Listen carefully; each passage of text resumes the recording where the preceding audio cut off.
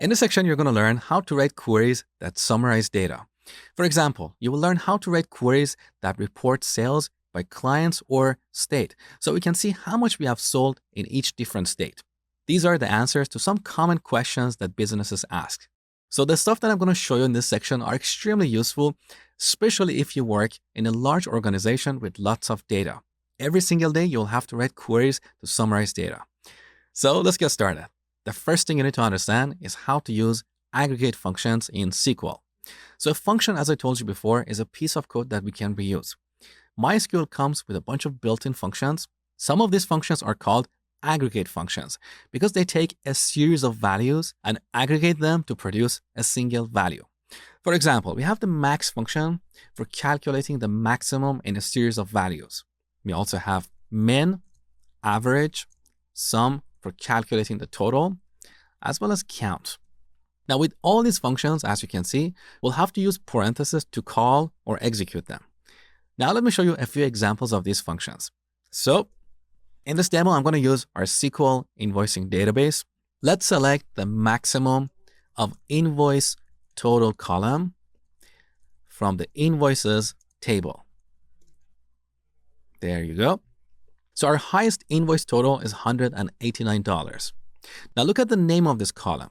It's set to the same expression we used here. So let's rename it to something more meaningful like highest. Now in the same query, we can also calculate the minimum. So min of invoice total as lowest. We can also add the average of invoice total as average. Let's execute the query. So here's our lowest invoice total, and the average of all our invoices is about $150. Now, in this example, I'm applying these functions on a column that has numeric values, but you can also apply them on dates and strings. For example, we can change invoice total to payment date. Now, the value that we have here is the latest date when we received a payment. Okay, so let me revert this back to invoice total. We can also calculate the total of values in this column using the sum function. So sum of invoice total as total. And finally count to count the records. So invoice total one more time as number of invoices. Let's execute the query. So in this table, we have 17 invoices and our total sales is just over $2,500. Now, one thing you need to know about these aggregate functions is that they only operate on non-null values. So if you have a null value in this column, it's not going to be included in these functions. Let me show you where that matters. So as another example, I'm going to calculate the count of payment date. So let's rename it to count of payments. So as you know, this column accepts null values. So when we execute this query, we get 15 because not all of our invoices have been paid. So the count function returns the count of records with non-null payment dates. Okay. Now, if you want to get the total number of records in a table, irrespective of null values, you would have to use count of star. So as total records, let's execute it. There you go. So in this table, we have a total of 17 records. Now let me delete lines 6 and 7. We don't need them anymore. Another thing you need to understand here is that most of the time we use column names here, but we can also write an expression. For example, here we can write an expression like invoice total times 1.1. When MySQL tries to execute this query, first it will get the values in this column. It will multiply each value by 1.1, and then it will apply the sum function on those values. Okay. Also, if you have a filter here, these functions calculate the summary values for records that match your search criteria. For example, let's say where invoice date is greater than 2019, July 1st. So we only want to get the invoices for the second half of the year. Now, when we re-execute this query, we're going to see different values here. Let me show you. So we only have 7 records that match this criteria, and our total is also changed. So here we have the total sales for all the invoices issued in the second half of the year. And here's one last thing you need to know. By default, all these functions take duplicate values. If you want to exclude duplicates, you will have to use the distinct keyword. Let me show you an example. So instead of calculating the total number of records, let's calculate the records that have a client ID. So we get 7, but if you look at the data in this table, you will see that many of these clients are duplicated. Let's have a quick look here. So here's the invoices table. There you go. So we have client 5 duplicated in a few places. Same is true for client 3. So our count function is returning the count of records that have a client ID. It doesn't care if we have duplicates or not. If you want to count only the unique values, you will have to use the distinct keyword. So back to our query. Here in our count function, we use the distinct keyword. And now when we execute this query, instead of 7, we get 3 because we have 3 unique clients that have an invoice after this date. All right, here's a fantastic exercise for you to practice what you have learned so far. Write a query against the invoices table to generate this report. So here we have 4 columns: date range, total sales, total payments, and what we expect, which is the difference between these 2 columns. Now in this table, we have 3 records. First, we see all the amounts for the first half of 2019. Then we see all the amounts for the second half of 2019, followed by the total. So go ahead and spend 2 to 3 minutes on this exercise. When you're done, come back, continue watching.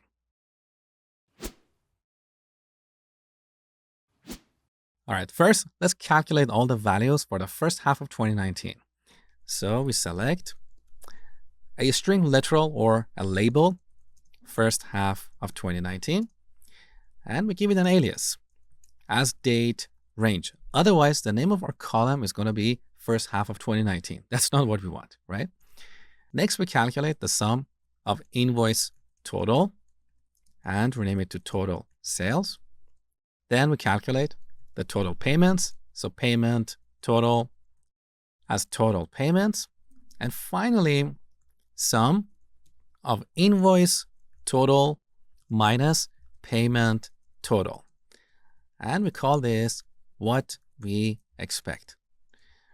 We're going to select all these values from the invoices table, where invoice date is between 2019 January 1st and 2019 June the 30th. So I'm going to put this on a new line so you can see clearly. There you go. This is our date range. This is our date range for the first half of the year, right? Let's execute this query. All right, this is what we get. Beautiful. Now we need to calculate the same values for the second half of the year. So to split things up, I'm going to copy this entire query. Then after our select statement, I'm going to write a union and then paste our select statement. Now we change this label to second half of 2019, as well as our search criteria. So we only want to select the invoices where invoice date is between July 1st and December 31st. Let's execute our query one more time. All right, beautiful. Finally, we need to calculate the total for all invoices in 2019. So one more time, we're going to use the union operator and paste our query. Then we're going to change the label to total. And finally, our search criteria is going to be from January 1st to December 21st. Let's execute the query one more time. And here's the end result.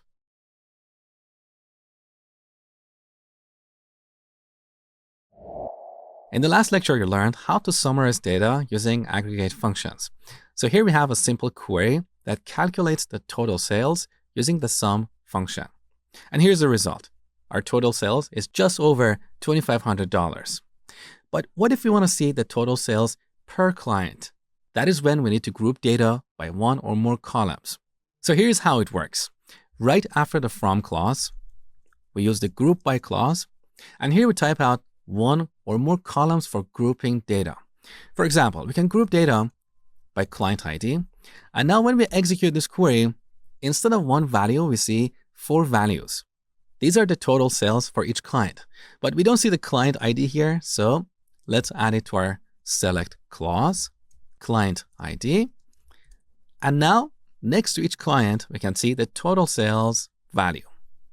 Now here, by default, data is sorted by the column specified in our group by clause, but we can change the sort order using an order by clause. So order by, let's say total sales in descending order. Now let's execute the query again. And here's the result. That is better. We can also apply a filter before grouping our data. Let's say we want to calculate the total sales for each client, but for the second half of the year. So here we use our where clause, where invoice date is greater than 2019 July 1st. Well, technically here we need greater than or equal to operator. So let's execute the query. Now we get a different result. So this is how we can group data using a single column. Now, before I show you how to group data by multiple columns, I want you to remember the order of these clauses. So just like always, first we have the select clause, followed by from. Now, optionally, we can have a where clause, followed by group by and order by. So the group by clause is always after the from and where clauses and before the order by clause. So if you put the order by first and execute the query, we're going to get a syntax error. Take a look. Because the group by clause is not valid at this position. So let's fix the issue. All right. Now let me show you how to group by multiple columns. So I'm going to join our invoices table with our clients table. Let's give it an alias, then join it with clients using what column? Client ID. Now let's have a quick look at our clients table. In this table, we have these columns like name, address, city, state, and phone. So let's say we want to group our data and see the total sales per state and city.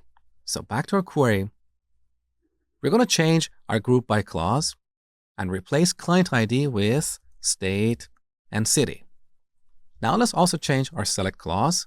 So we're going to select the state and the city, and finally the sum of invoice total for each state and city combination. So to make things simple, I'm going to delete our where clause. That is better. Let's also remove the order by clause. We don't really need it at this point. Now look at what we get. Now that we're grouping by multiple columns, we see the total sales for each state and city combination. So when we use multiple columns in the group by clause, we get one record for each state and city combination. Now in this example, in our data set, we don't have multiple cities per state, but you're going to see an example of that as part of your exercise for this tutorial. All right, here's your second exercise for this section. It's a fantastic exercise. So we have a query that generates this report. We have 3 columns, date, payment method, and total payments. So we can see the total payments for each date and payment method combination. For example, on January 8th, we received a total amount of $32 using credit card and $10 using cash. So here we're grouping by multiple columns. Each group is a unique combination of these 2 values, date and payment method. Write this query against the payments table in this database. You will see my solution next.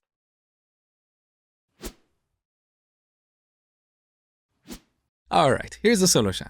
Whenever I want to solve a complex problem, I start by dividing that problem into smaller and easier to solve problems. In this example, instead of grouping by multiple columns, let's start by grouping by date only. So we want to see the total payments for each date. That is easier. So let's select the date column as well as the sum of amount from the payments table. Now, let's give this an alias like total payments, and finally group our data by the date column. Let's execute the query. This is what we get. So we have solved almost half of the problem. Now, as you can see, our data is not sorted by the date column. So the next thing I want to do is to sort the data by the date column. So that is pretty easy. After our group by, we add order by date. Let's execute the query one more time. All right, here's the result. That is better. Now we're ready to add the second column, payment method. So if you look at the payments table, you can see that in this table, we only have payment method ID. So we need to join this table with the payment methods table to get the name for each payment method. That is pretty easy. We have done it before. So we're going to call our payments table P and then join it with the payment methods table. And we're going to call this PM. Now here we cannot use the using clause because our join columns are named differently. In the payments table, it's called payment method. In the payment methods table, it's called payment method ID. So here we'll have to use the on keyword on p.payment method equals to pm.payment method ID. Now that we have joined our tables, we go back to our select clause and pick pm.name and rename it to payment method. And then we add payment method to our group by clause. So group by date and then payment method. Let's execute the query. All right. So here's the final result. For each date and payment method combination, we can see the total payments.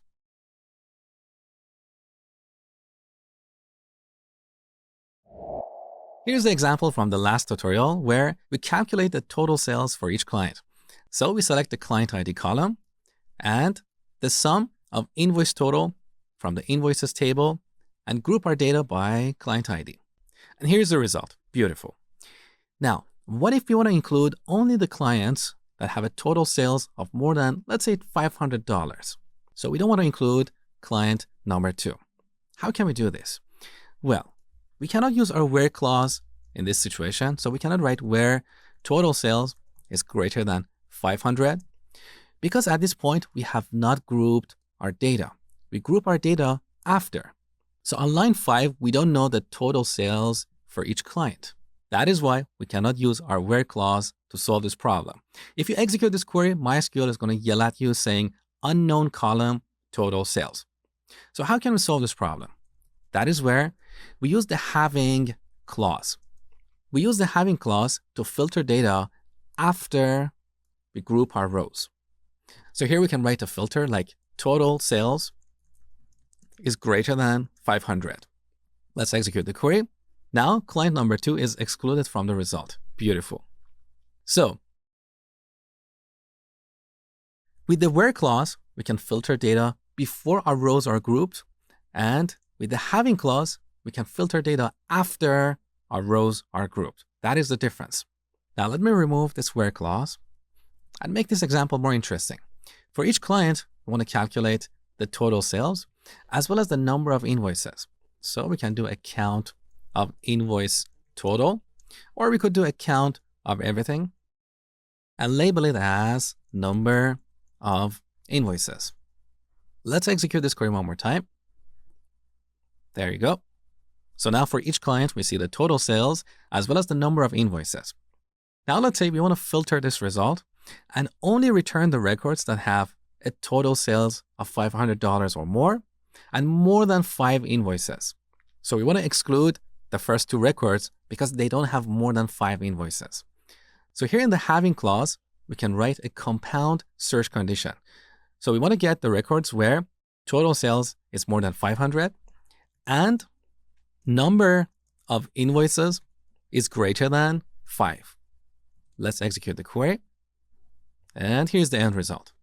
So to recap, we use the where clause to filter data before grouping our rows, and we use the having clause to filter data after we group our rows. And here, just like our where clause, we can type out 1 or more conditions. But the columns that we use here have to be part of our select clause. In other words, here, we cannot reference the payment date column because it is not included in our select clause, okay? In contrast, when writing a where clause, we can reference any columns whether we're selecting them or not. These are the 2 differences between where and having clauses.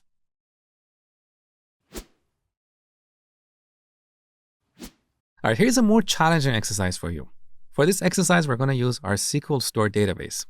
So write a query to get the customers who are located in Virginia and have spent more than $100.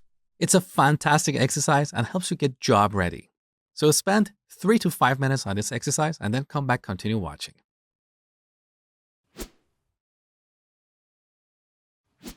All right, once again, when solving a complex problem, we should always break that problem into smaller and easier to solve problems. So first, let's only get the customers who are located in Virginia. We write a query like this. Select everything from customers where state equals Virginia. And by the way, we should use the SQL Store database. So on the top, we have use SQL _store followed by a semicolon. Let's execute the query. There you go. So here are the 2 customers located in Virginia. Now, if you look at the columns returned here, nowhere in this result set we have sales information. We don't know how much each of these people have paid us. Where can we find that information? Well, in the order items table, we know how much we have sold in each order. So for each order, for each product, we know the quantity and the unit price. However, we don't have the customer information here. So we don't know who has bought these products. Those pieces of information are in the orders table. So in the orders table, we know who has placed what order. So what we need to do now is to join the customers table with the orders table so we can find the orders for each customer. And then we'll have to join the orders table with order items so we can calculate the total sales by each customer. So back to our query. We have selected everything from the customers table. Let's give it an alias and then join it with the orders table using the customer ID column. And then once again, let's join it with the order items table. We call it OI using the order ID table. Now let's execute this query and see what we get. First, we see our joined columns, which are order ID and customer ID. Then we have information about each customer, followed by information about each order. So we have order date, status, comments, ship date, and so on. And then we have information about each order item. So we have the product ID, quantity, and unit price. So now from this table, we can calculate the total amount each customer has spent. Back to our query, instead of selecting everything, let's select customer ID, as well as first name and last name. Now, to calculate the total amount each customer has spent, we need to use the sum aggregate function. And here we should write an expression. We go in the order items table and get the quantity column. Then we multiply it by order item dot unit price. So for each order item, we calculate the total cost, and then we pass all these values to the sum function. So this will return the total amount each customer has spent. Let's call that total sales. So here we have used an aggregate function. Now we need to group our data. So after the where clause, we type out group by. Here we should group our data by 3 columns: customer ID, first name, and last name. With this, we can see the total sales for each group, which is the combination of customer ID, first name, and last name. As a rule of thumb, whenever you have an aggregate function in a select statement and you're grouping your data, you should group by all the columns in the select clause. So I'm going to copy these 3 lines and then paste them here. Now we should remove the trailing comma. All right, let's execute the query and see what we get. So we see the total sales for each customer, right? We're almost done. The last part is to apply a filter here and only return the customers who have spent a minimum of $100. So we want to exclude the first customer here and return only the second customer. Back to our query. Earlier I told you that we use the where clause to filter data before grouping it, and we use the having clause to filter data after grouping our rows. So after group by, we add having total sales greater than 100. Let's execute the query one more time. Now we only see one record. That is customer with ID 2 who has spent a total of $157. So here's the end result. I hope you completed this exercise because a lot of problems you work on in the real world are very similar to what you saw in this video. Now, if you couldn't complete this exercise, don't worry. We're going to have more exercises like this later in the course.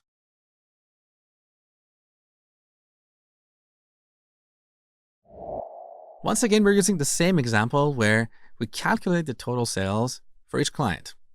Now, in MySQL, we have a powerful operator for summarizing data called with rollup. So here in our group by clause, after we list our columns, we type out with rollup. Now, when we execute this query, we get one extra row that summarizes our entire result set. So 2590 is the sum of total sales across all clients. Note that the client ID in this row is null because it doesn't make sense to add these values together. So the rollup operator only applies to columns that aggregate values. Now, what if we group by multiple columns? Let me show you. So once again, we're going to join our invoices table with the clients table using the client ID column. Now, instead of grouping by client ID, let's group by state and city and also include these columns in our select clause. So state, city, and the sum of invoice total. Let's execute this query and see what we get. All right, here's what we get. First, we see the total sales for the city of San Francisco in California. And below that, we see the total sales for all cities in California. So the rollup operator calculates the summary for each group. Similarly, you can see the total sales for all cities in New York, as well as all cities in Oregon, and finally, all cities in all states. So when you group by multiple columns and use the rollup operator, you see the summary values for each group, as well as the entire result set. So the rollup operator is very useful and it has a lot of applications in the real world. However, it's only available in MySQL. It's not part of the standard SQL language. So you're not going to be able to execute this query in SQL Server or Oracle. But I'm pretty sure that those database engines have similar operators to summarize data. And here's your exercise for this tutorial. Write a query to produce this report. Here we have two columns, payment method and total. So we can see the total for each payment method as well as the total amounts we have received. You need to write this query against the payments table. So go ahead and do this exercise. When you're done, come back, continue watching.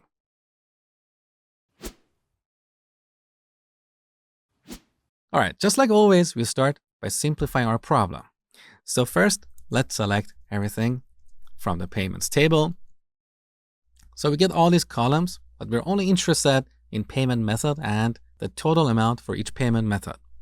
Now, our payment methods here are numeric values. So later we need to join this table with the payment methods table to get the actual name for each payment method. But let's not worry about that yet because we want to solve this problem step by step. So from this table, we want to pick the payment method column and the sum of amount. We're going to rename this to total. Now we need to group our data. So group by payment method. Let's execute the query. Here's what we get. Beautiful. We can add with rollup, and this adds the summary row at the end. Beautiful. Now finally, we need to join this table with the payment methods table to get the actual names. We give our table an alias and then join it with payment methods, PM. As I told you before, we cannot join these two tables using the using clause because the column names are not the same. So we use the on clause where p dot payment method equals pm dot payment method ID. Let's execute the query one more time. Beautiful. We still see the same result. Now we should replace this payment method ID with the actual name of the payment method. So pm.name as payment method.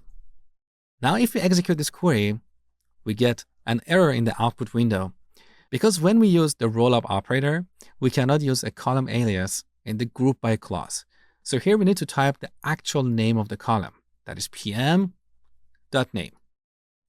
That was a little detail that I probably forgot to tell you earlier.